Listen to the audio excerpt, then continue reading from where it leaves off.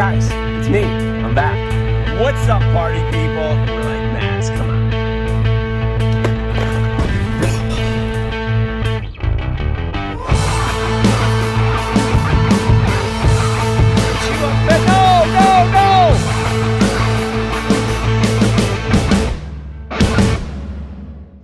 All right, this show is taking a turn for the. Oh.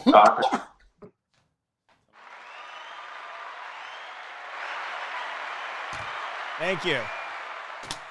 What's going on, everybody? Welcome to another episode of Monster Bass Live. We got a great show for you. I'm actually really excited about today. We got Chad Hoover on the show. Max is back. As always, we got the golden ticket, and so we're going to be giving away prizes every 15 minutes today. So, but first, you know, I really appreciate it when you hit that subscribe button. Lets me know you love me, and I do have a bit of a self-esteem issue. So if you could smash that subscribe button right now and make me feel better about myself, I'd greatly appreciate it. Today's super chat is going to be another important one for me. You know, we're throwing a party at the end of the year, and you guys have been donating like crazy. I can't remember, how much stuff we gave away last week, but, every dollar that you donate on Super Chat goes towards our end of year party, which you're all invited to. But this one's going to be near and dear to my heart. We had a member of the family about a month ago. I don't think it's any secret now. Is it any secret now? Yeah, I don't know. Anyway, so today's super chat, we're gonna make donations to the American Cancer Society, and it's a great cause. My father passed away from cancer, a handful of years ago, and so anytime I hear about things like that, it kind of touches me, and so we're gonna dedicate this show to all the cancer survivors out there, and so when you donate, we're gonna match that. We're gonna put it towards a really good cause. Okay, so so as I mentioned, my father passed away from cancer, and the bearded bad man himself, Alex Rudd, his father is having a battle with cancer himself, and he's right now he's coming through with flying colors, and we hope and pray that fight continues to be a successful one, because let's face it, cancer sucks, and given that we live in the greatest country in the world, or at least that's my opinion. We should be able to tackle this thing and eradicate it, and hopefully it's only a matter of time. But all right, I'm going to get off my soapbox. As always, the hotline's going to be open. We're going to put it up a little bit early today because I got a feeling we're going to have a lot of guests. If you get onto the hotline, you're listening to that crappy hold music, I do apologize. That's up to Jared. I can't make him, come up with better hold music than what they provide us with. So, whatever it is, just make sure you keep your volume down when it comes time to get on the thing, and we're going to open up quick because I know you got more important things to do than sit and listen to me talk. So let's bring in Max and see what he's up to. Hello. Maxosaurus Rex. How you doing, bro? Maxosaurus Rex. That's a new one. Well, I missed you. You were gone last week. I don't know, maybe at a math test or something. You trying to get into that military school and all. Yeah. I ended up getting a B on it. The guys that get B's on those tests end up in the infantry. They're the first ones to get shot. Sure. Those are really hard tests. Really? Max, are you excited? Do you know Chad Hoover? I've seen his YouTube channel. Yeah. He has a lot of subscribers. I have not talked to this man in a long time, not since the days of that company that we shall not name, but I'll probably slip a couple times today, and right, but whatever. So yeah, it's pretty exciting. So everything's good, Max. You're rocking and rolling. School's almost over. Fishing last weekend, and I'm working on editing a video, but there's like 4 hours of footage with only 2 fish that were caught. Mm-hmm. So it's a difficult edit, but I'm working on it. All right. Well, Max, I know you're curious as to why I'm wearing this hat. So my little girls are having, they're twins, and they're having a party on Sunday. And birthday parties are a big thing around here. And so they want to have a spirit animal party, and so I'm coming dressed as a beaver because that's my spirit animal. And so now I've got to wear this hat. You know, a couple of these won't hurt, and we'll probably make it through the day unscathed. We'll see what Rafi shows up as. Jared is conveniently away, so he's not going to be there. But should be a really great spirit animal party on Sunday. You know what I got going on Saturday? So I have this men's team where 10 guys, we get together, we talk about stuff, try to win at life. And one of our friends' father is a highly decorated Navy SEAL. And he gives presentations to CEOs all around the country, leadership talks and stuff. He's coming to my house on Saturday. He's giving us all a big talk, and then we're going to eat some wild boar that he shot. So, or as I like to believe, that he killed it with his bare hands. Yeah, definitely. Anyway, let's not waste any time. I'm really excited. I also think we should get that hotline going in a couple minutes because, you know, no one wants to hear me talk. So let's not waste any time, Maxosaurus Rex. Max, can we make a T-shirt that says Can we make a T-shirt that says Maxosaurus Rex? As long as we put my face on it. See, you missed it last week.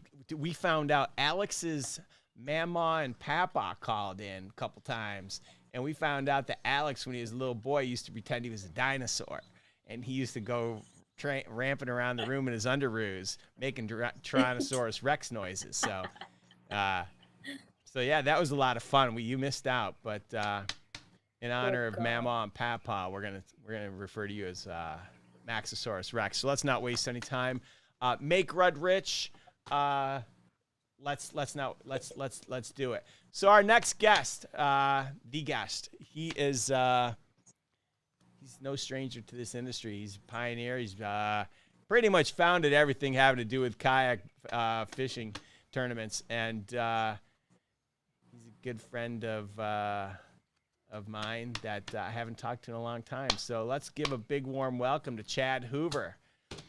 How's it going, man?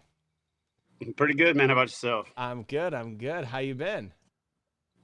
I was this close to wearing a spirit animal hat, and I didn't want to be the only one. Wow. What's your spirit animal? Largemouth bass? I mean, my spirit animal is a buzzard, to be honest with you. You know what I mean? But the spirit animal that I embody the most, that I'm more like, is a llama. So, nice. Why a llama? I don't know. I just like the fact that they don't care. They do whatever they want, and they're odd looking, but yet efficient. You know what I mean? So, yeah. All right. I kind of resemble that. I like that. Max, what's your spirit animal? A deer. Yeah, I'm a deer. Like Bambi? Like Bambi's dad, because I'm huge. You are. You're huge. So, Chad, I haven't talked with you in quite some time. Not since my departure from the evil empire. How have you been? What have you been up to? Good, man. Good. Been busy. Yeah, I think we last talked at the ICAST before last because of no ICAST COVID. So that's yeah, right. That's right. Yeah. Been good. Been busy. You know, the show's going well. Just wrapped my 11th season in Happy Valley, PA. Just got up to Connecticut. I'm up here at one of our KBF Trail Series stops in Danbury, Connecticut on Lake Candlewood. Go home Monday, and I'm going to do a Fat Tire Celebrity Invitational with Scott Canterbury and Brad Knight and Eric Jackson and a few other guys down in Tennessee. Then I go to St. Clair in Michigan for our next tournament. And then from there, I go home for about 3 days. No, I'm sorry. I go to Des Moines, Iowa. We're doing an overland trip up through the mountains into the Dakotas over to Wyoming, and then down into Ogden, Utah. And I'm kicking off my next season filming 2 episodes in Ogden, Utah. Wow. Doing the trout thing and tiger muskie. And they've also got some lesser known, bass factories out there. So I'm going to go chase some of those bass out in Utah. It's amazing. Now for those listeners that are listening to you talk about, this event, that event, if they're sitting at home and they've got a kayak and they're like, you know what, I'd love to fish in a tournament. Is it too late for them to just, sign up for a one-off, entry? No, man, they can join at any time. We also have the monthly challenges that are online that start at the first of each month. They just go to kayakbassfishing.com/join. You join KBF there. If you're not interested in tournaments, we have an ambassador membership that's pretty cool. And then we also have a free membership. If you just say, man, I just want a free sticker. Yeah. And then if you want to learn about our events, you just go to kayakbassfishing.com/schedule. I pretty much made it monkey proof, where everything is kayakbassfishing.com/whatever word you could think of. And that's the word you type in and it takes you to it, Nice. Amazing. Nice. Amazing. So, I think the last time I spoke with you, you were with Bonafide. Are you still repping that brand? I'm still with Bonafide, but I also decided that kind of because of my position in the kayak fishing industry, I need to be non-exclusive so I can paddle everything. Mm-hmm. So right now in my truck in the parking lot, I have a Hobie, I have a Jackson kayak, and I have a Bonafide. And we just did a video review of an Old Town, and then I've got like 3 or 4 kayaks on order. But right now there's like a plastic shortage, so it's taking a while to get some of the boats in. We're waiting on a boat from EJ from his new company, Apex Watercraft, to give away the world's most expensive fishing kayak. And so, yes, I'm still doing stuff with Bonafide, still love their boats, still going to pedal them, whatever, forever. But I went non-exclusive so I can paddle them all, right? And so I can bring that content and those gear reviews and overviews to, to the folks that follow me and, be able to better answer those questions when people ask me, what do you think about this kayak or that? So, yeah. So what makes Apex the most expensive kayak on the planet? The price tag. It's I mean, if we're going to be literal, damn literal, it's the price tag. It's over $10,000. It's carbon fiber. It's kind of a futuristic looking design. It's got like a piercing bow. It's out of the box for sure. I still couldn't tell you because I haven't paddled one other than like a test paddle. Like, would I spend $10,000 on a fishing kayak? Like, it's gonna have to blow my mind truly for me to be like, yeah, I'd spend $10,000 on that. But it's 32 pounds and it's almost 13 feet long and it's 36 inches wide. So what's the typical kayak weigh? Well, so for example, to make that comparison, a 12'7" Bonafide, which is about in the same length, is 2.5 inches narrower and it weighs 86 pounds. So, about a third. Yeah, it's super lightweight. And a lot more durable than I thought carbon fiber would be. We went out and I did some stuff with EJ fishing in the rivers and portaging and stuff like that. And it was really, really resilient. So, but it's going to be interesting to see how the market receives it. Yeah, for sure. How he's able to handle the complexities of manufacturing such a high-end product. And I'm looking forward to seeing, he's got that sink or swim mentality and you've got to applaud that. You know what I'm saying? So yeah, for sure. Now your show's been on, you just said 11 seasons? The 10th season's airing now. The 11th season starting in July. Okay.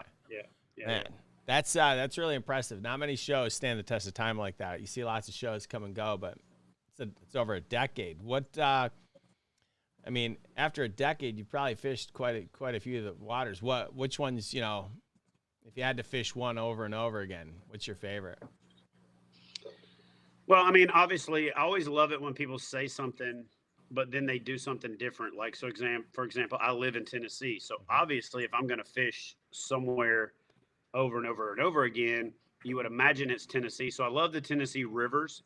I love getting into those isolated waters. But what I really love about where I live is I'm centrally located.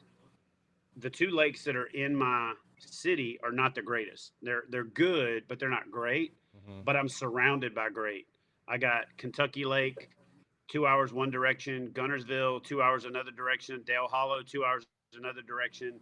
You know what I'm saying? I've got Chickamauga, 3.5 hours away. I'm literally within 4 hours of 10 of the top 25 bass lakes in the country. So that's pretty impressive, Pretty nice. you know? Yeah.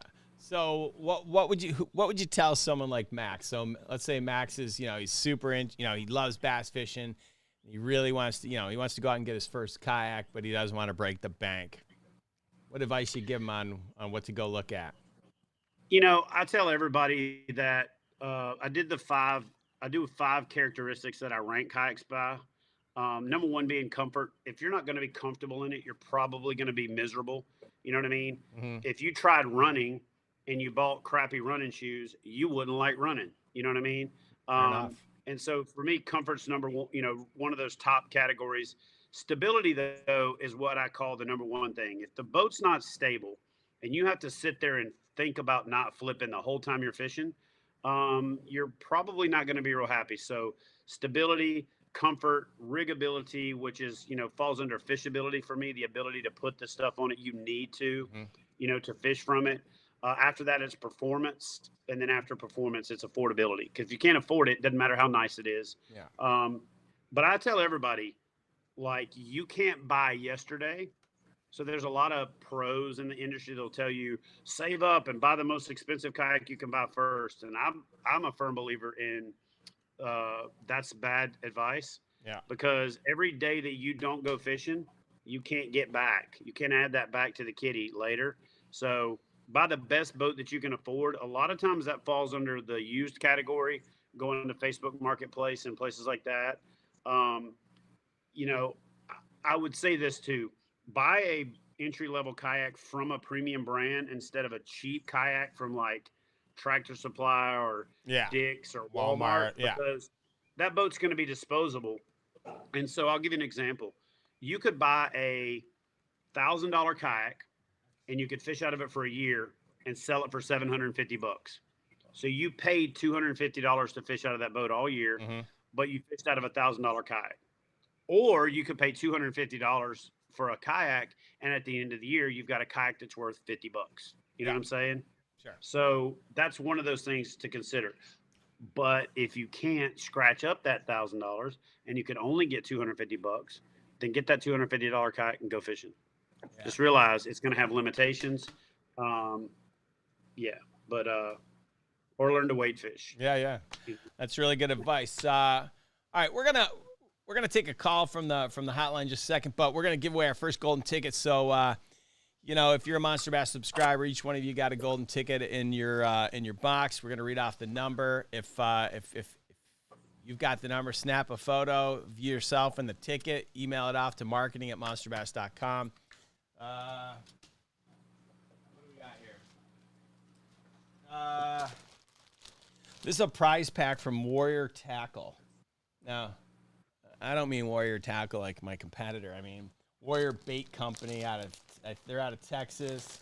There's about 40 packs of soft plastics, a bunch of jigs. I don't know. Let's read out the first number. It is Q6437J3111. Jared will put that up on the screen for us, and maybe I got it wrong. Okay, sorry. Q. You got it right. I got it wrong. Okay. So all right, he's going to fix that number for you. If you're a winner, congratulations. We're going to send you a prize pack from Warrior Tackle. And then we're going to go to the hotline, take a first question, see what people want to know about what people have for Chad. So go ahead, caller. Are we taking it? All right, let's do it. Go ahead. Oh. What's up, Wyatt? Hello? It is Wyatt here. Hello, Wyatt. It's fishing. Yeah, it's Fishing with Wyatt here. Oh, hi, Fishing with Wyatt. How are you? Good. Good. Did you have a question for Chad? I was just wondering if how many, I don't know, like, how old should you be before you get into kayak fishing? How old should I be when I get into kayak fishing? How old should you be before you get into your first kayak? 4. Yeah. 4 years old. My son started in his own kayak at 4. My advice for people who are taking their kids out is start them on shorter trips. Don't be scared to put a leash on the front of their boat so you can tow them around some, but build that confidence that they can paddle and manage their own boat. I really like to do backwaters fishing at first so that they're not worried about boat wakes and things like that. But my son started when he was 4 in a little Tarpon 100 from Wilderness Systems, which is now the Pescador 100 at like Academy and stuff like that. He had a great time in it. My daughter started paddling her first kayak when she was 3 because he was 4 and she was 3, and they were both fine in their own boats. And we look like mama duck and a couple baby ducks out there on the lake. So Nice. 4, make sure they wear a PFD, make sure their paddles, secured to the boat, and just keep the trip short in the beginning and let them set the pace. Other than that, I think 4 is about the perfect age to get them started. Nice. One more question from his dad here. Do you have any recommendations on maybe a 2-person fishing kayak where I could paddle and he could fish? Yeah, I like those boats solely for that purpose. Other than that, I think tandem kayaks are the devil. I call them divorce boats when couples want to get them.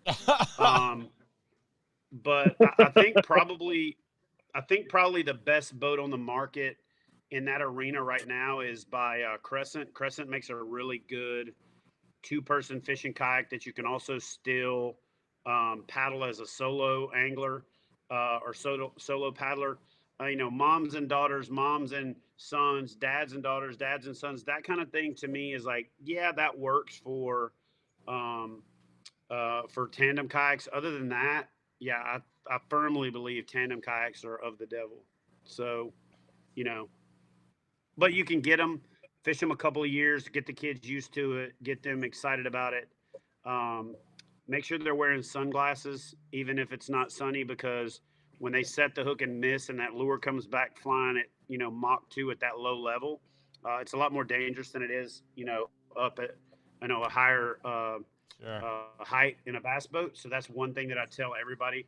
And you need to be careful if you're in the back of the boat paddling them around, because you will potentially get hooked in the neck, the face, the arm, the shoulder, the leg, because they start casting and don't think about you being back there. Oh yeah, I can imagine. So you gotta take that into account too.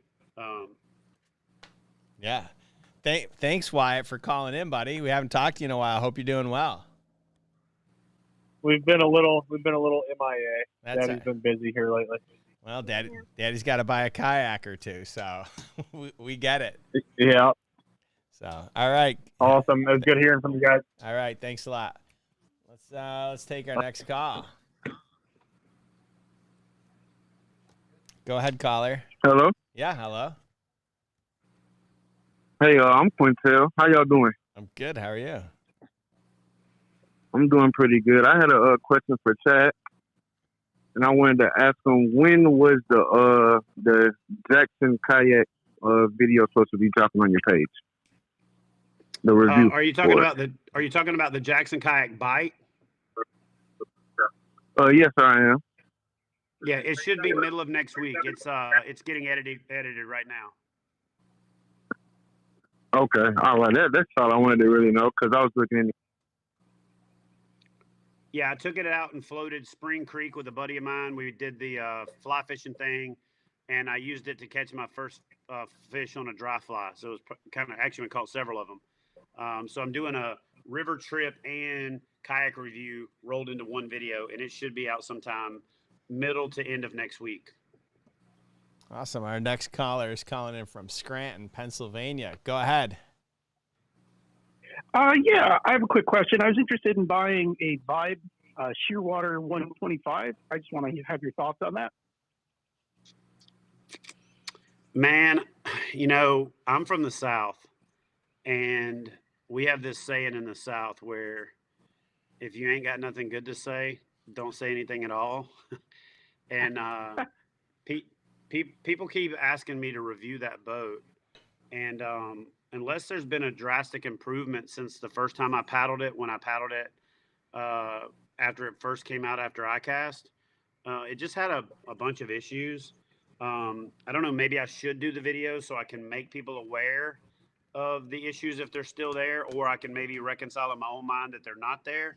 Um, and I know a lot of the pro staffers with that brand, and I know some pro staffers that actually left that brand because of that boat. So again, I'd love to give you a much more glaring endorsement or better advice, but one of the things that people know me for is keeping it real, and I'm gonna keep it real with you. Until I'm able to put hands on it and really take it out and test it and make sure some of those issues have been resolved, it would be hard for me to advise you to buy that boat. Does that make sense? No, I appreciate it. I was just looking for an honest opinion so I can move on to something else, or just weigh my options. And again, I'm probably going to go ahead and buy one, so I can do an independent review and then probably do a giveaway or sell it, or donate it to Heroes on the Water or Fallen Outdoors or something when I'm done. But they've been hard to come by, just like everybody else's boats, and so and I'll be honest with you, it hasn't been my top priority. But I'll go ahead and add that to the list of boats that I need to do, because I do get asked about it quite a bit. Thanks. Right, awesome. Yeah, thanks. Thank you. And plus, I'm very aware of the plastics industries. I'm actually in that industry, so I feel your pain. Thank you, man. Appreciate it. Yeah, it's crazy how this this shortage is hitting just about every industry. Try getting a new car.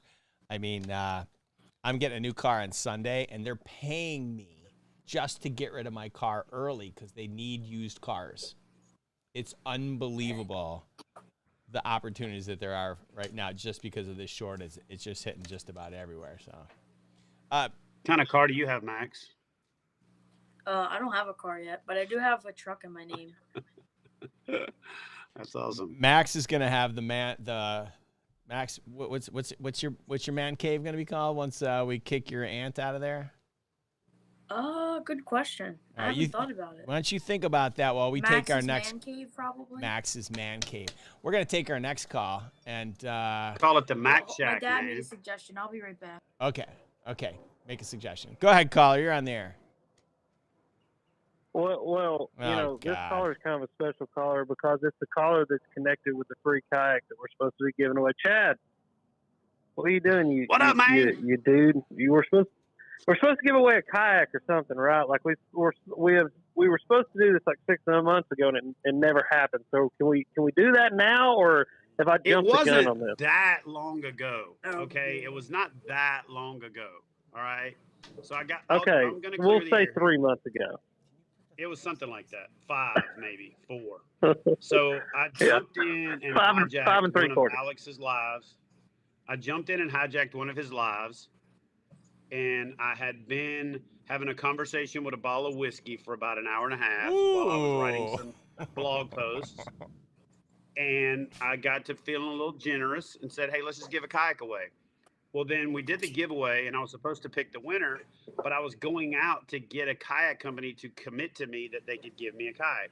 And every one of them was telling me, dude, we ain't got any boats right now. We don't have plastic right now. So I didn't want to pick the winner and then have them just be like waiting and waiting and waiting instead of waiting to pick the winner, and then they don't have to wait as long. Does that make sense? So I texted Alex last week and said, bro, we got to pick this winner. And then, of course, you guys called me to do this. And I'm like, how about we just do it on the Monster Bass Live tonight and just declare the winner right there? And when we initially did this, we called out a brand. We called out Bonafide because, Alex thought it had to be Bonafide because everybody thinks I'm 100% Bonafide, which I am, but I'm not. So what I'm going to say is whoever wins this, I'll just let them pick a boat and we'll work it out, and I'll help them figure out any brand that I'm affiliated with or have a relationship with. We'll do whatever we can to get them the boat the fastest that we can. The only real caveat to this thing is I've either got to try to get it shipped to their dealer or they got to come to Tennessee and pick it up. But remember, Alex, there was another part of this thing too. where they won the right to go fishing with the two of us, right? Ooh. So Yes. they might Yes. as well come to Tennessee and pick the boat up if we're going to take them fishing anyway. You know what I'm saying? So I'm down, dude. Yeah. Do you want to say who the winner is, or do you want me to say who it is? Because I sent it to you about 10 minutes ago. So Max. Go ahead. Go ahead, my friend. I'm on the phone, talking on the phone, so I'd have to pull it up. You go right ahead and let right, so everybody know winner, who gets the only. Go ahead. The winner of the Alex Rudd fishing live feed hijack by Chad Hoover is Jim Holland Fishing on Instagram. And he's one of the few people whose name actually matches his Instagram handle. So Jim Holland Fishing, and it's Jim Holland is the winner. So congratulations to Jim Holland.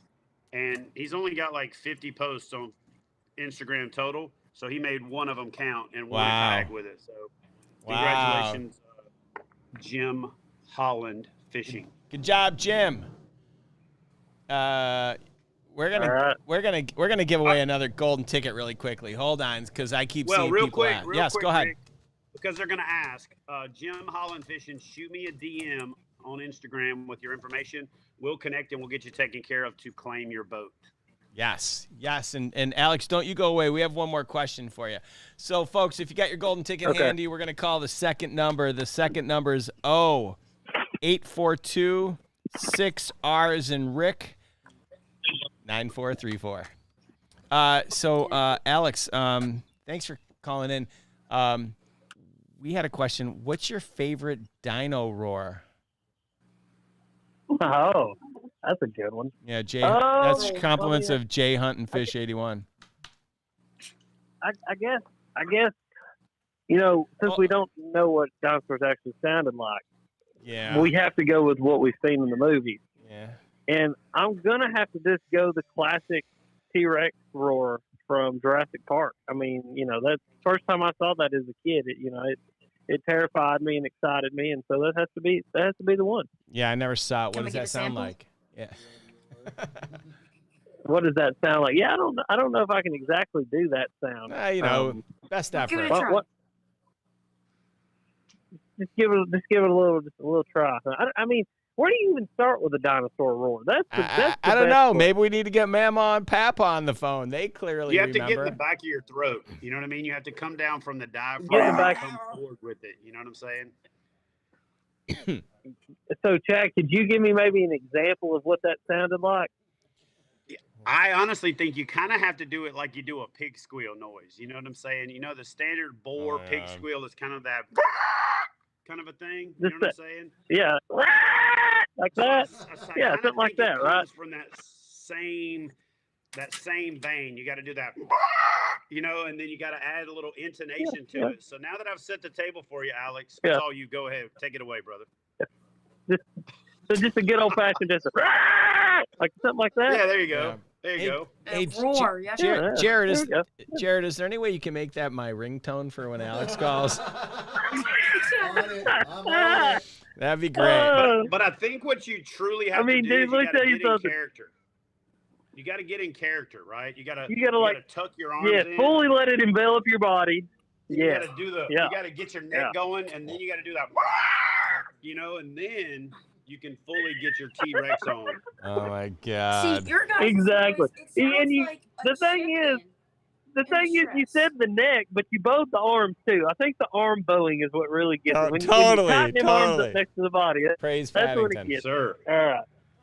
Oh my God! All right. Well, you boys have fun. I'm gonna jump off here and just keep spectating. So, hey, Chad, don't give away any more kayaks anytime soon, okay? No problem, man. And I would say break a leg, but you're one of them guys that takes it literally. Oh my God! Right? He will. Totally. Yeah, I take that way too seriously. So. Oh God! All right, I'll see you boys later. All right, later, Alex. All right, we got our next caller's from West Seneca, New York. Go ahead, caller. You're on the air, world famous Chad Hoover. Hello? Hello. Can you hear me? Yes. Yes. Hello? Yes. Yeah, hello. Can you hear me? Hey, I got a question. Okay. The black rod tubes that carry your fishing pole. Is it okay to leave the rods in there over an extended period of time, or will that ruin the fishing pole? Well, it depends, because if they fill up with water, which they have a tendency to do, if you're talking about the flush mount rod holders, then it's probably not a good idea to leave the rods in there, because your cork or EVA are both going to absorb a lot of water, and probably at the same time, you're also going to get a lot of that water in the graphite, because the rods are not designed to be underwater for long periods of time. So I would highly suggest not leaving them in those flush mounts for an extended period of time. Oh. It's some good feedback. Not a question I would have ever thought to ask. I didn't know that like black rod tubes mattered. Max, I wasn't trying to be funny. I just didn't really know another way to phrase the question. Max, did you have a question for Chad? No, actually, I had a question for you. Oh. Okay, Max. I was thinking, it's more of like a suggestion than a question, but I was thinking that we should put up the golden ticket winners from last week, like over on the other side of the screen, because everyone got their box in yet. Max, they can go back and watch the episode if they really want to know who won. All right, well, I'll have to go back. I can't do all the work, Max. You can only lead the horse to water. I can give away this stuff. If they really want it, they'll go check the other episode and they'll see what the golden ticket numbers are. It's not really tough. You got any questions for our guest or no? Oh, yeah, I do. Okay, so Chad, this is a really weird way to ask the question, but it's basically like if you had one lure to pick. So if you had to catch a bass to save your life, like say someone was like, catch a bass right now, and you had to catch the bass, what lure would you use? A black Cinco with blue flake. So you're saying if you got one bait to win a tournament, Max, that's the one you'd use? Is that the question? Not to win a tournament. I said like life or death. Okay, life or death. Because that happens a lot. I get it. It does. Sure. Much every year. All right. Hey, can we go on to some more questions, or do we have any calls on the line? No calls. All right, folks. Well, listen, the hotline's open. We got a couple more questions for Chad. In no particular order, since you already asked one of my last questions, Maxie. Chad, this would probably be the most important question I ask you of the day. Max is getting to the age where, his formidable years where he's going to start dating and stuff. And, Max has been privileged to be on this show for a fortnight now. And he's gotten some really solid advice from everyone, from KVD to Skeet Reese to Barack Obama. And so what advice do you have for Max as he's getting ready to start dating? You got your pen, Max? Here's what I would say, Max. When you're getting ready to start dating, what you need to do is get on Google Earth, okay? And then you need to fly around on Google Earth until you see some water, okay? And it needs to be within striking distance of where you live, because you can't drive yet, right? So somebody's going to have to take you there. And then you find that body of water. And once you find that body of water, you take the name and you move it over to Navionics. And then you go into Navionics and you start looking for relief lines and fish attractors and potholes and things like that. Then you go watch a couple of YouTube videos to figure out where the fish should be at that time. Then you call that bitch and tell her you're going fishing instead. Got it. Do you? Yeah. There'll be plenty of time for dating later. Don't worry. Wait till you've got money, enough money that you don't got to struggle to meet the expectations of the female species, and then start dating. Before then, you're going to have to decide between spending your money on her or fishing stuff. And I would say buy fishing stuff. Agreed. Buy fishing stuff. We should make a T-shirt with that. Put Max's face on it. Maxosaurus Rex comes first, though. Maxosaurus Rex. All right. We should totally take a picture of a T-Rex and like crop my face on. Jared can do that, right? Jared, No. you can do that, right? No. You know who I would call for that? I would call Andrew Flair and see if he can help you with that. Yeah, we might have to get a picture with his camel. Camels, llamas, it doesn't matter. All right, so we had a question from the audience. Am I better off spending $800 to $900? I got $1,000 to spend. Am I better off buying $1,000 kayak or $800 kayak and then tricking it out with whatever I can afford to add to it?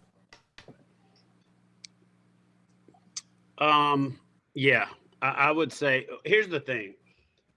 The one thing you got to think about when you're going to buy a fishing kayak is you still have to buy a paddle and you still have to buy a PFD in most cases.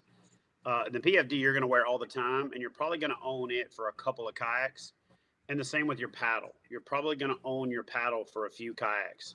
So I would even caution you to spend a little bit more on the better paddle and a little bit more on the better PFD in the beginning, because those things are going to stay with you longer and you're going to use them.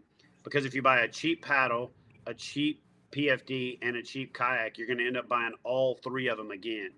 So I would say buy a $200 paddle, a $100 PFD, and a $500 kayak instead of buying a $1,000 kayak, and then you have to skimp on the other stuff, if that makes sense, you know? Yeah. Good question. All right, we got another caller, so let's take this one.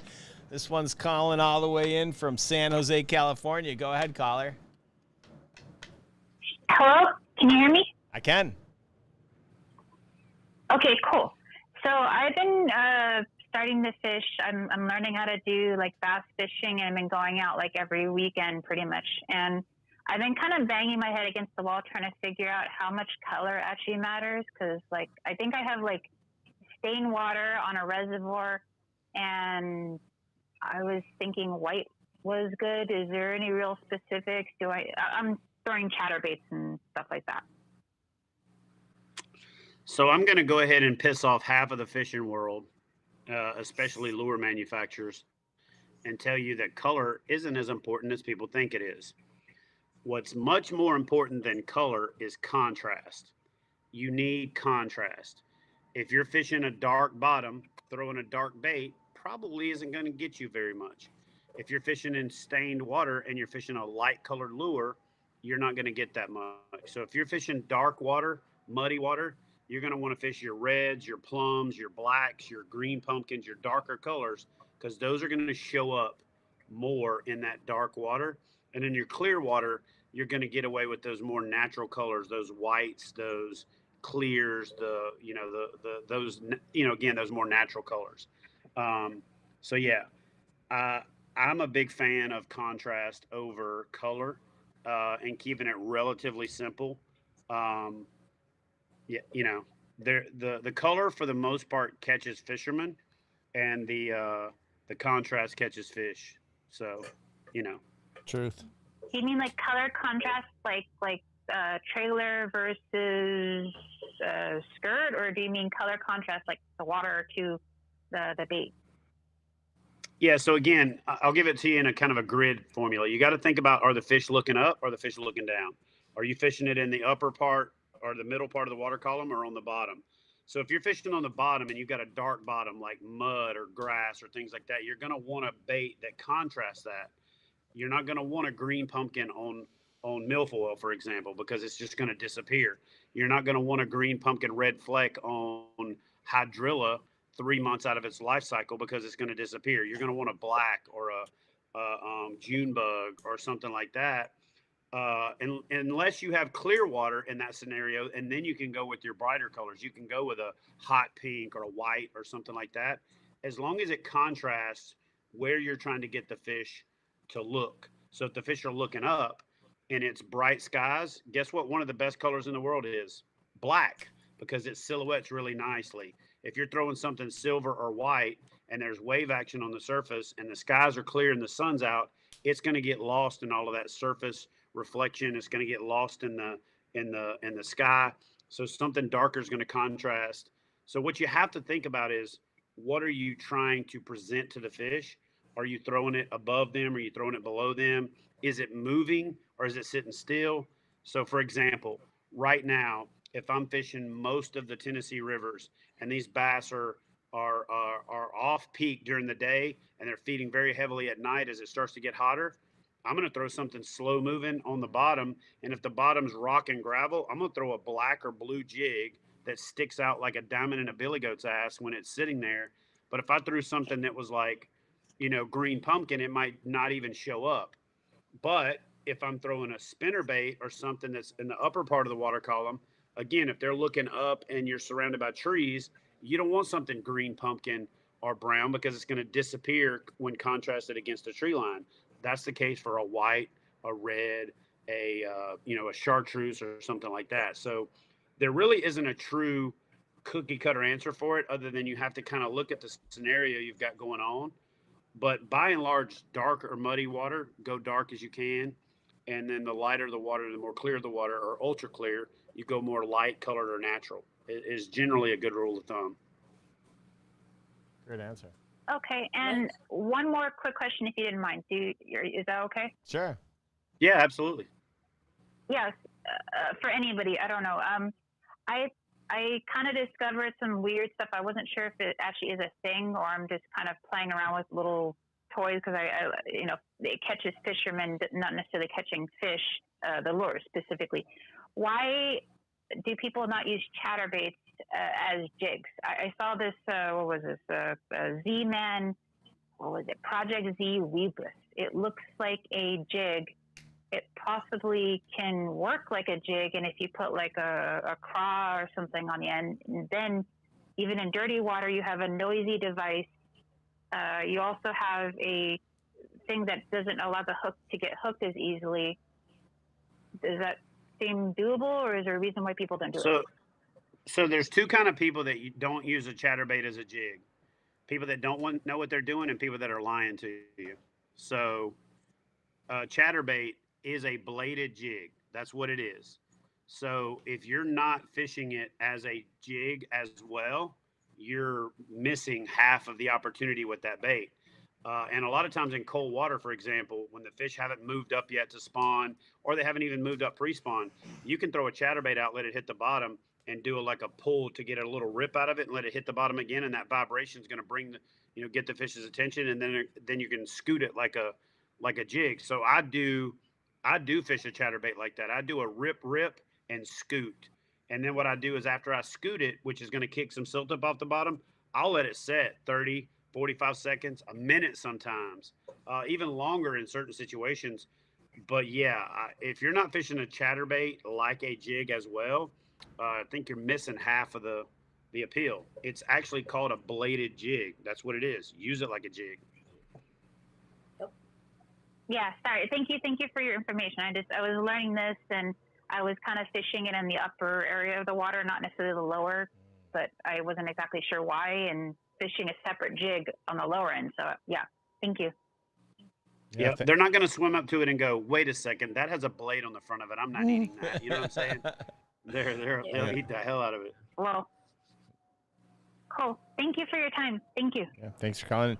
So, Chad, we had a question from I think it was Tim Price. He had a question. He's struggling up in Oregon with the colder temperatures in the water. What advice do you have for cold temperatures up in Oregon? So I don't have a lot of experience in Oregon, but I've got a lot of experience in almost 40 states. So 38 states I've caught fish. And I've fished in most places in tougher conditions. With being in the Navy for 20 years, I traveled a lot. And to be honest with you, cold weather fishing is a lot simpler than a lot of people make it, because most of the fish are congregated, right? Most of the fish are in one area, and they're not as hard to find. The biggest problem that I see is learning how to use electronics to locate them is a big part of breaking that fishery down. Or you can even use your Navionics app, for example, or other ways to find the places that they should be. And you can go out there and explore those places even without electronics, if it really comes down to it. But, finding those fish and then fishing too fast. A lot of people just fish too fast the vast majority of the time. But that doesn't mean you should never fish fast. I'm a big solunar guy. So during the time that it's a peak feeding time and it's the time that they should be active, you know, an Alabama rig in, you know, 39-degree water up to 52-degree water will murder fish, and they will not, and it stays in the strike zone longer, and it comes by and it's an easy meal. Deep diving crankbaits. One big trick that I use, ironically, it ties into the question from the last lady, is I use a fly fishing vise and put my big deep diving crankbaits in it.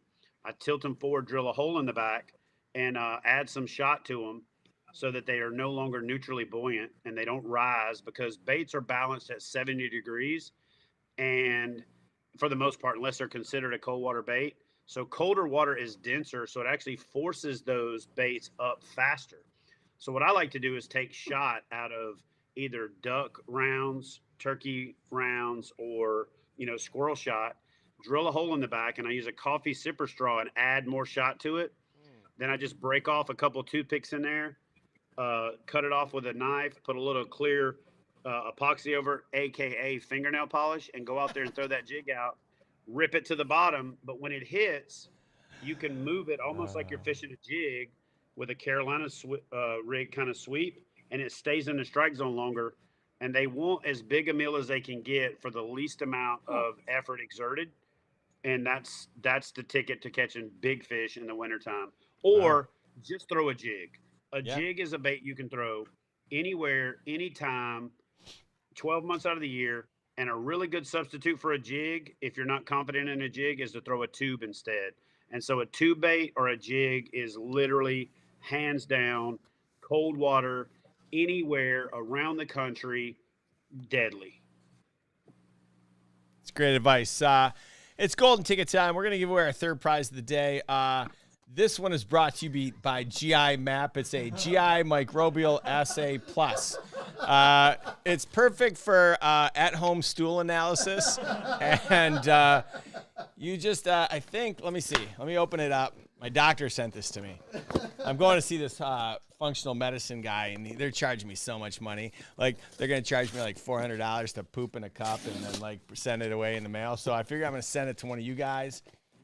Let you guys take it. I don't really know, but anyway, the golden ticket. Actually, you know, I'll give away something real. Let's give away this prize pack from Vicious Fishing. It's got 2, 4, 6, 8, 10, 12, 14, about 20 of the new Vicious lures, Vicious Fishing lineup for 2021. There go my girls, and as usual, they leave the front door to the house wide open. I swear to God, if my dog wasn't a dog that I just let out the front door and he would just walk in the neighborhood and come back, he'd be gone on day one. The golden ticket number is I as an idiot. That's me. 2750Q6398. You won yourself a prize pack from Vicious Fishing or at-home stool analysis kit. One of the two. Yeah, Max, that's what happens when you get older. Why do you need to test your stool? Yeah, well, there's a lot of weird stuff going on in there, and so hey, Max, you got any questions for Chad? Yeah, actually. You've been awfully quiet. Would you rather, like, say I was gonna get a kayak, right? Would you rather get a $1,000 stable paddle kayak or like a $2,000 foot pedal kayak? Let me answer that question. I'm not going to waste this time. The answer is a $2,000 kayak where you don't have to exert the same amount of effort with your hands so you can fish, right? Wouldn't you rather? I don't even own a kayak, and I know if I was getting one, you best bet it's going to have one of those little trolling motors on it.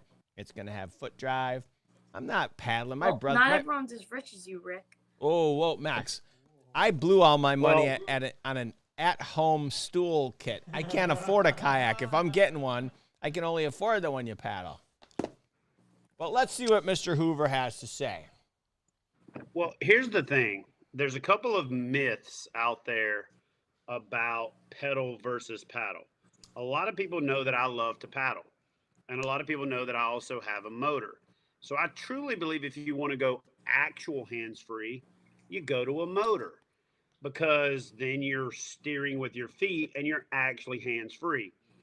I really am exploring the world of pedal kayaks more. But the first time out in one of the pedal kayaks that I bought, I can tell you, I touched that rudder handle more than I touch my reel handle. So you can talk all the smack in the world if you're being paid to promote pedal kayaks by pedal kayak companies, hands-free fishing.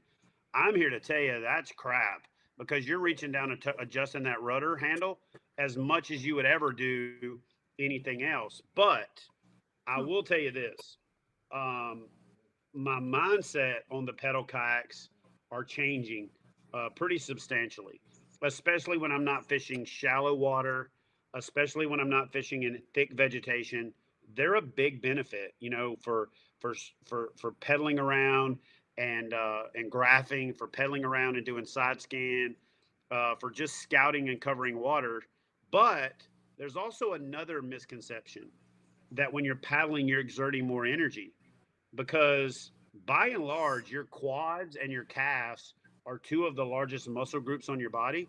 And the way that work is defined is how much energy you're expending. And so I can tell you, I see people get out of their pedal kayaks at the boat ramp all the time and they can barely walk because they've literally been using the biggest muscle group on their body for several hours. And then you're going to have lactic acid buildup and things like that over the course of the next day. So again, I'm a paddle guy.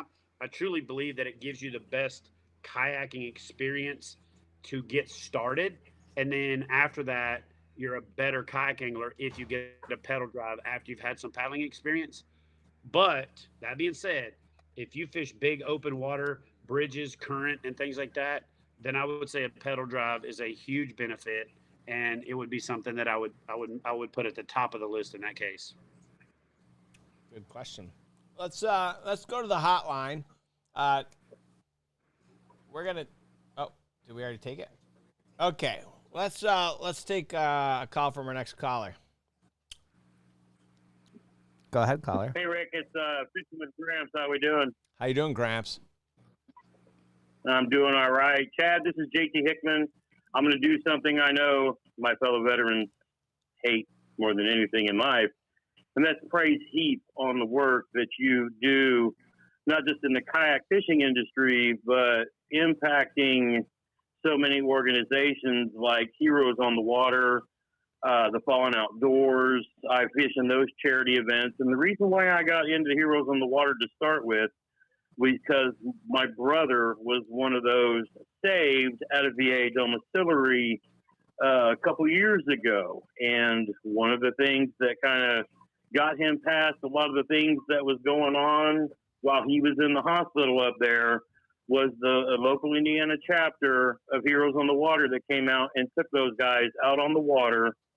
It reminded my brother of us growing up and the time that we spent fishing with my grandfather and my dad for a bit, and gave him something to focus on and a purpose and a drive again. And he started taking the guys in the Dom out there to the park that's associated up in Indianapolis with that area, the old Fort Benjamin Harrison, and got a bunch of those guys out fishing, falling in love with bass fishing. And just because of that, it kind of got me back into a kayak. And I followed your channel along because you know how most of us get when we get out, we get that vet bod. I followed your channel for what kind of CFD for a big guy, and a lot of those other things. And it's funny you talk about the paddle versus settle, because I started out with a topwater 106 and paddled around and realized it could hold my massive weight. And then it wasn't even 4 months before I upgraded to a pedal drive, which I sold my wife as a Fisher sizing machine, and has got even me with my disabilities out on the water able to pedal and fish. So I found the KBF trail just as a fun kind of a thing, because I was trying to learn how to upload photos for the Heroes on the Water stuff. And so I fished an Indiana event last fall just to kind of learn how it all goes. And then I've done 2 this year so far, along with a lot of the charity events that always seem to pop up along with those state challenges and things like that. So, Chad, I have to thank you and the folks that you work with. I know you're a Navy guy, and we gotta do the ribbon thing. But brother, thank you for what you do. You're impacting lives. You're changing a lot of things. You've made me put together a YouTube channel to try to go out and teach others to fish and to get with other anglers and do that whole kind of thing. So from my heart, my brother's heart, my family, my dad's a Vietnam vet. My 3 sons are soldiers. Thank you. Thank you. Thank you for what you do. It makes a difference. It may not seem like it because we're all bitching about the rules in the KBF community thing, but know this. It's bigger than that. It's a bigger impact than all of that. But thank you for everything that you're doing, brother. Thank you, sir. I appreciate that. Yeah, and to be honest with you, anytime I'm about to hit the wall on how hard we have to work to do what we do, God has always got a way to send me a message or have a call come in like this, or run into somebody at a gas station.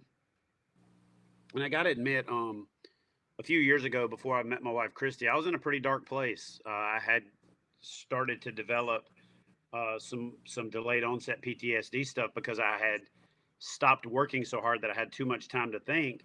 And I got the help that I needed because of her and because of the people that I was surrounded by. And by a lot of accounts, I have it made. So when you think about the fact that I was in that, imagine the person that doesn't have anything, or they've lost their identity, or they're not physically able, and how fast they could go to that dark place. And so just about the time I'm going to hit that wall, there's always something like this that happens that is my fuel. That is that's the extra gas in the tank. And the timeliness of it's kind of crazy because every year right around this time, I get real somber. I have to stay busy because if I don't, Memorial Day sneaks up on me and hits me like a freight train because, Veterans Day is the day we're proud of what we've done. Veterans Day is the day we celebrate it. Memorial Day is the day we mourn the people that we've lost. And, I lost a lot of good friends. I was in the crazy part of the Navy with the helicopters and the combat SAR and all that craziness. And so this week, right, this weekend before Memorial Day weekend always kicks me in the junk. And so I appreciate you calling in. I appreciate your kind words. And there just needs to be an army of us out there letting our brothers and sisters know that there's hope and that there's somebody to talk to. And that's why I'm throwing my support behind the Fallen Outdoors and Heroes on the Water. And, I wasn't really ready to announce this yet, but I'm also going to let you know that I'm switching my focus away from a lot of the frivolous crap that I've gotten sucked into over the years. I'm also going non-exclusive with kayak companies so that I can work with everybody for exactly what you're talking about. And I'm working on launching a concept called Fish Camp, where I can bring veterans in and take them through a 4-day boot camp on how to be a better fisherman and also how to teach it. And at the end of that 4 days, we bring in kids that need to be taught how to fish. And then the veterans that just went through the boot camp take those kids through that same fishing boot camp. And I'm calling that my fishing mission. And I'm talking to some other influential people out there to help me bring this thing to fruition. I've got some heavy hitters in the world of business that have thrown some support behind it. And, it's going to take an army of us to pull this thing off. But that's what, if you ask yourself, why do I do what I do? That's why I do it, is exactly what you just said, man. So I appreciate you calling in. That was great. Why don't we go to the line and take another call? Go ahead, caller. You're on the air. I was wondering, I'm a bigger dude, so is there any special kayak that I could use? Define bigger dude. That's such an open window. Do you mind giving me like a height and weight? Yeah, and can you turn down your volume in the background? I'm like 6'1", 275. And Yeah, I mean, yeah, you're about Max's size, so you're really not that big, not as big as you think you are. So, honestly, anything in that bona fide SS 127, Old Town, Predator, Jackson Big Rig, Jackson Cuda, I'm sorry, Jackson Coosa. Don't get the Cuda. The Cuda is not a big dude boat. The Coosa is a good big dude boat. The Big Rig. Honestly, all of the feel-free boats are really good big dude boats. The Lure, um, the new spinoff brand, Big Water that they have is great big dude boats. Um, honestly, anything in that 34-inch range wide. And honestly, the bigger you are, the longer boats do better. You don't want to get a 10-foot boat when you're pushing 300 pounds because you look like King Kong on a tricycle and you don't get that, longitudinal stability. So something in that 12-foot, 33, 34-inch wide range is going to be more than enough. But the other thing you got to realize too is when you're a bigger dude and you got a belly on you, if you're down in the boat and you're sitting kind of with your legs up, smashed against your belly, and you're kind of trying to lean back and your shoulders and neck start to hurt, you really need that high seat a lot more than somebody that's fitter, that's thinner. And I'm working my way in that direction. But I can just tell you, I spent a lot of years as a big dude in fishing kayaks, and the higher seat with more stability is the way to go, because you also want to be able to stand up in the middle of the day and stretch your back and stretch your legs and get out of that seated position to get some blood flow back to your lower extremities. So I would take that into account as much, if not more, than anything else when it comes to buying a fishing kayak for a big dude. All right. Thanks for those. I mean, I really gotta thank you, because I'm a pretty big kid, and at first when I was thinking about getting a kayak, it's like I'm probably too big for this. But once I found you on YouTube, I was like, hey, I'm not the only big person out there wanting to do kayak. So I really gotta thank you for that. Yeah, man. And check out my video. I have a video called Big Dude Kayaks, Big Dude Approved or something like that. And it pretty much covers all of the options. It's a couple years old, so I'm going to redo it this summer. Nice. Nice. All right. I think we have time for another call. Let's take this last call. It's from Walla Walla, Washington. Go ahead, caller. Yeah, so I was actually got a question for Chad. I got a blow-up kayak for my birthday, and I was wondering if I should even attempt going bass fishing with it, because I have no kayak experience neither. So, as long as it's a premium inflatable kayak. For a minute, I thought you were talking about a terrorist kayak, one that was blow up. But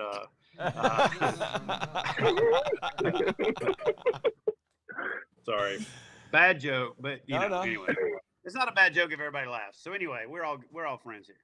I actually like inflatable boats, and even when I was coming out of COVID, I was pushing 345, and I used the NRS Rival and did several river trips on it, and was perfectly comfortable in it. They're a lot more resilient than I thought they would be. I drug it over rocks, drug it over trees, drug it through the parking lot, and it stood up to all of the abuse. So yeah, I'm actually going to do an entire inflatable series. I'm going to steer clear of calling it a blow-up kayak, but I appreciate you asking that question. Yeah, I'm a firm believer that the inflatable market is going to be part of the future of the growth of this sport, for sure. All right, awesome. Yeah. Thank you, Rick, for everything Just you do. Thank you, man. Just find one that's comfortable. Okay. Awesome. All right. Well, thanks for calling in, man. Appreciate it. You're welcome. Guys, have a good day. All right. You too. Yeah, I got one time that was like one of those taco style boats. Yeah. And dude, they had to grease me up to get me out of that thing at the end of the day. You know what I'm saying? So I'd steer clear of those. Yeah, Greg Whitaker for his birthday, he got a blow up kayak, and it didn't go so well. So, wait, was that you, Max? What? Let's keep it PG-13 here, Max. Your parents are downstairs watching. Said kaboom. Say what? I said kaboom. Is that code for something? Anyway, I got to tell you, I'll bet you that this show will be totally different. Chad Hoover halfway through a bottle of whiskey on a Friday night. Because, yeah, you'd be giving away kayaks. I just gave away a kayak. I know. Do you want to tell people again, like, who won it, just in case for some reason? Yeah. Let me pull the graphic up. Jim Holland Fishing on the Instagram. 50 posts and the guy wins a freaking kayak. Talk about good luck. Yep. One of those 50 posts was worth it. You know what I mean? Totally. He might have made more than one post on the actual giveaway. Who knows? You know? Maybe. Well, Chad, so what's next? So what's next for you? Like, we look into the future. What's the future hold for Chad Hoover? I'm switching a major portion of my focus towards what that gentleman called about, which is to do a lot more veteran based trips. I'm working with an app company to develop, for lack of a better way of putting it, think of it as a dating app, but it's for people who want to take veterans fishing and veterans who want to go fishing. And it'll have similar functionality to a dating app, but it's connecting people who want to go fishing with people who want to take them fishing. One of the great things about Heroes on the Water is that it gets people out on the water. One of the downsides to it is it gets those guys out on the water, but not consistently enough to keep them from having the highest of high and then going back down to the lowest of low. So we want to create a sustained way to get these folks out on the water on a regular basis. That's a part of it, but the other part of it is I'm going to be putting a lot of my time, effort, and energy into growing our high school series, because I truly believe that investing in the youth, in youth education and safety, focusing on youth education and safety is the way to go. And so to me, I'm really going to start focusing on creating content that's geared towards more entry-level anglers, youth, and probably anglers that are looking for that information anyway. And for years, I've just kind of assumed certain levels of knowledge that I probably shouldn't have. So I'm launching a series on my channel called Phases of Fishing, where we talk about every possible thing you need to know to become a fisherman. And we're using that to develop the curriculum for Fish Camp, to create the curriculum for taking guys and gals from nothing. You could know nothing about fishing to being proficient in 3 or 4 days of immersive training, to where then you can teach kids that same thing. And then those kids can then ultimately, graduate into becoming mentors and counselors and things like that as well. So youth fishing and veterans, man, that's where I'm focusing a lot of my, the vast majority of my time and energy next season and through the finishing of this season. That's amazing. Nice. Well, I think what you're doing, I think this next chapter is something we all want to watch and see what happens, because I think it's definitely commendable and something that, if we can help you in any way, we'd love to be a part of it. I just got a text from Wyatt's dad, who wants to know if we can put you in touch with him. He's been trying to plan a kids veterans fishing event for a while now, and would love to pick your brain about how to make that come to fruition. So if you don't mind, you guys just send him my number. Okay. Easy. We'll make sure Wyatt's dad gets your number. Man, I really want to thank you for being on the show. I know we went a little longer than we promised you, but thank you so much. Really appreciate it. Love to stay in touch and see if we can do something together, And yeah, absolutely, man. Absolutely. Yeah, thanks so much for being on the show, man. Really appreciate it. Thank you for having me. And just one last call to action. Thanks for everybody that tuned in from my channel. Sorry I wasn't able to be as active in the chat. Try to get you guys to call in. Some of you did. Thank you all for helping me hit that 100K mark. I never thought I was gonna do that. That happened yesterday. So my hat's off to you guys. I say we hit 100,000 because truly it is a community. And if you haven't done so yet, consider joining KBF. That really gives us the monetary support that we need to truly accomplish some of these goals. but you get back way more than you put into it, both monetarily and what you see us accomplish with those funds. So if you haven't done so yet, consider checking out kayakbassfishing.com/join, and you'll see that there's a really good value proposition there. And I hope you guys will become part of the family. So awesome. Yeah. And thank you for everything you do, Chad, for the kayak fishing and for honestly for the fishing community as a whole. We really appreciate everything you do. I know it's a lot of hard work and it doesn't go unnoticed. So thanks a lot, man. And we look forward to having you on the show again sometime. Thank you, guys. I appreciate it. All right, guys. All right, be good. Yeah. All right, see ya. Wow, that was Chad Hoover. I mean, tell you, I didn't think he'd be on the show today, but it seems to be we've been having pretty good. It's been a pretty good 2021, don't you think, Max? We've had everyone from Chad Hoover to KVD. So far, yeah, it's definitely been a good one. So I think it's time for one last yes golden ticket. You ready? Yes. Oh, what are you winning? I mean, I don't know about you guys, but the home stool test seems pretty exciting. It only cost me $280. Yeah, dude, these tests that these doctors are running are no insurance is gonna cover, and it's gonna cost me like $1,200 for like all these different tests. All right, this one's a prize pack from Bass Hick. It's got about 20 lures. And we should throw in something else. Let's throw in $100 gift card to MONSTERBASS. Whoa! Wasn't expecting that one. Yeah, you ready? Oh gosh, I hope it's mine.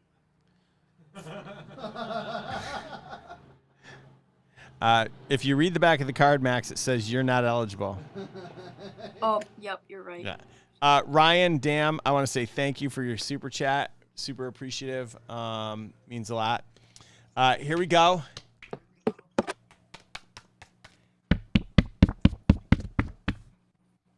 The golden ticket number is, speaking of explosives, C4 238 V as in Violet 10354. There it is, folks. It's up on the screen. I hope you guys won. Next week, we're going to have some really big prizes. I got a garage full of rods, and I can't figure out how to ship them because I don't have any tubes at the house. So if you got tubes, send them my way. Yeah, I got like 20 rods. They're just sitting there, brand new, never been used. Yeah, never been used before. But it is the last. Do they have reels on them? Is next week the last week of the month? All right, I gotta. We might need to give away like a cooler or something. I got a big cooler in my bedroom or in my. Whoa.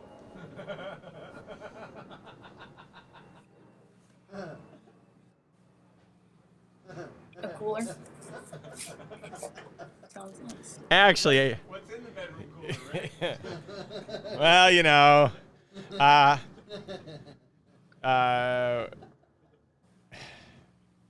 oh God, there's so many good comments I could make right now. There goes the dog. Anyways, guys, we're gonna give away some great prizes next week. Who's my guest next week? Carl who? Is that how you pronounce his last name? Oh my God. Who? Carl who? Carl. Good old Carl.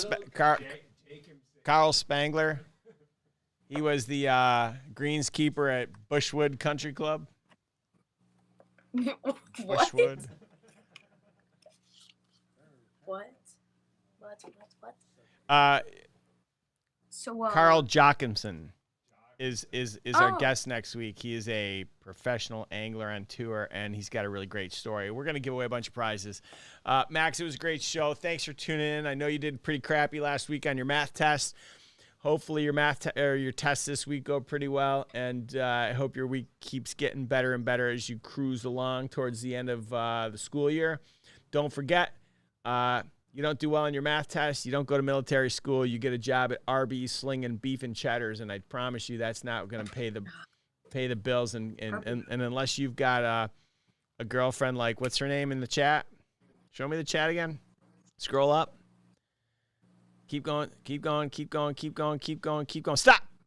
Unless your girlfriend's Rachel Stone, who buys everybody's fishing, or buys her boyfriend all the fishing tackle and stuff, you're going to need more than a paycheck from Arby's. So, Max, stay in school, don't do drugs, and we'll see you next week, okay? Okay, I'll go drop out of school and do some drugs. And yeah. And then all what? right, see ya. And what? Work at I don't know. Arby's, getting beef and cheddars? Your mom and dad would, just so we're clear, your mom and dad would kick your ass. And so would I. So don't do drugs. Yeah, probably. I would never. Goodbye. Bye-bye. That's Max, guys. And that was my public service announcement. Either get a job at Arby's or do drugs. One of the two. Or wait. I think it was do drugs and get a job at Arby's. I don't know. Listen, don't do drugs. Don't get a job at Arby's. Just stay at home and go fishing. Whew, that was a great show, man. Chad Hoover, Max, we gave away all sorts of golden tickets. I am really excited about next month's box. Next month's box is the Top Water box. I just did a deal with Z-Man. We are going to have a new bait. We're going to have a bait from Z-Man in the box. It's never been here before. And I'm super excited to get that for you. We're going to have some frogs from Fat Bastard. We're going to have some, God, there's a lot of good baits in next month's box. I'm going to do a showdown, a walkthrough next week, show you everything that's going to be in the box, give you a little sneak peek. You guys are going to love it. Thanks a lot for tuning. Oh, well, I mean, if you don't know about the Big Bass Championship, then I don't know what rock you're living under. Listen, it's a one-fish tournament. Every time you go fishing, it could be your shot at $10,000 worth of cash and prizes. Just head over to monsterbass.com/BBC. If you're a Monster Bass subscriber, it's absolutely free. If you're part of the general public, it's $10. $10, bro. And it goes towards the prizes. So listen, Big Bass Championship. Sign up today. I'll see you next week on Monster Bass Live. Thanks a lot for tuning in.